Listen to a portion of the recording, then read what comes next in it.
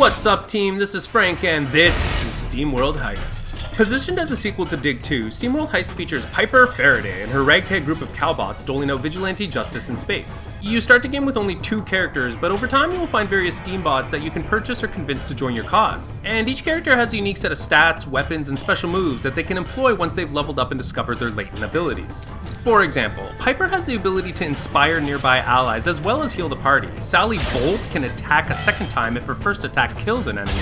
Bogdan Ivansky has an ability called Abs of Steel, where he takes no damage for 1 turn and can also taunt all nearby enemies. And Graham Froggy has an ability which allows him to attack after he dashes and does more damage when attacking enemies from behind. Right, characters have a max distance that they can travel, indicated by the blue outline here. If you move this far, it's considered a sprint and you won't be able to attack or do anything else. However, the orange outline indicates the distance that you can move and still act. Many maps are procedurally generated, providing some variety if you decide to replay missions. It's advised that you always plan your movements carefully and use these barricades to help defend yourself from fire. Placing yourself right up next to these allows your character to shoot through them, giving you an optimal line of sight while remaining well fortified. You also get some customization options when you decide on a party for your mission. Each character can equip their main weapon, 2 optional items, and a purely cosmetic hat. Your inventory will feel very limiting as you accept rewards for completing missions, which force you to pick and choose which ones you'll want to keep. You'll definitely want to purchase these inventory expansion items when you find them so that you can spend more time playing and less time managing your limited inventory.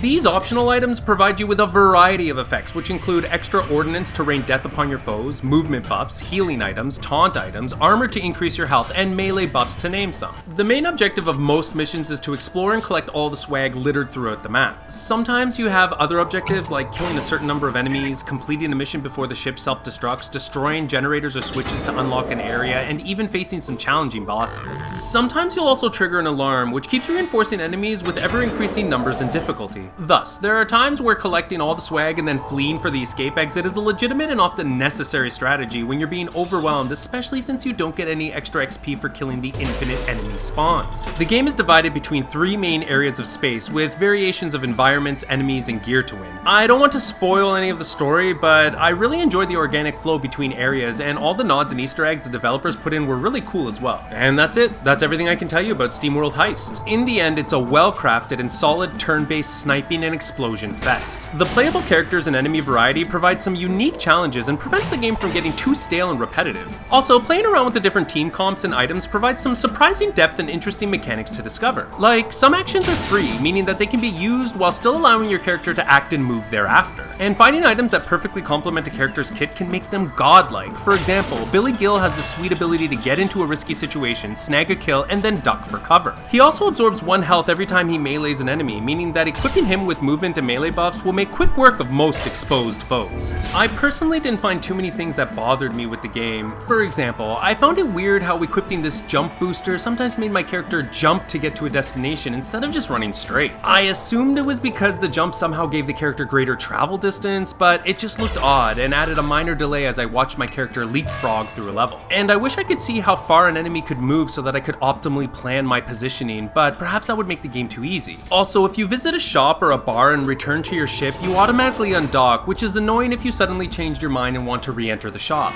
And finally, watching the enemy phases can be tiresome as they sometimes spawn on the other side of the map and you're forced to watch them slowly encroach on your position. If you're looking for a strategic turn-based shooter with procedurally generated maps, it's accessible for casual and hardcore gamers, and if you have fond memories of games like Worms, then you'll love SteamWorld Heist. If you hate slow and careful progression and loathe games which make moves permanent, forcing you to quit and restart a turn if you, say, missed a shot or lost an ally, then you'll probably want to pass on this game.